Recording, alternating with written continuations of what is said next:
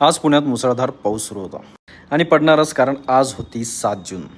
एकादशी असल्यामुळे नाश्ता नाही, जेवण नाही, होता फक्त फराळ. फराळ करून मी निघालो ऑफिसला. बघतो तर काय, पाऊस पूर्ण गायब आणि ऊन प्रचंड आलेलं होतं.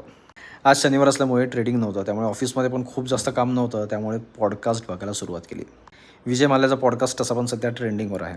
आज संध्याकाळीच मी मॅकबुक बंद केला आणि घरी जायला निघालो, कारण मला आज घरी जाऊन खेळायचं होतं बॅडमिंटन. घरी जाऊन भूक लागलेलीच होती, कारण आज फराळ होता. त्यामुळे घरी जाऊन पहिले जे उरलेले सुरलेले फळ होते ते खाल्ले आणि मग निघालो बॅडमिंटन खेळायला. संध्याकाळचा प्लॅन पण चेकआउट करायचा होता, कारण आज म्हटलं कुठेतरी फिरायला जाऊ आईला घेऊन. त्यामुळे बॅडमिंटन खेळून झालं आणि इस्कॉनला जायचा प्लॅन केला. तुम्ही पुण्यातल्या कोणत्याही भागात जा, तुम्हाला ट्रॅफिक क्रॉस केल्याशिवाय काहीच पर्याय नाही आहे. काही वेळेस अशा लोकांची क्यू येते जे या ट्रॅफिकमध्ये 8-8, 10-10 तास असतात.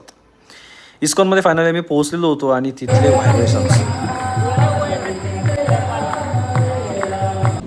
हे सगळं झाल्यानंतर आम्ही परत घराजवळच्या दुर्गा कॅफेमध्ये गेलो आणि कोल्ड कॉफी घेऊन रात्री 11:30 पावणे 12 वाजता परत फराळ केला एकादशी असल्यामुळे. आणि आजचा दिवस पॉडकास्ट पाहूनच मी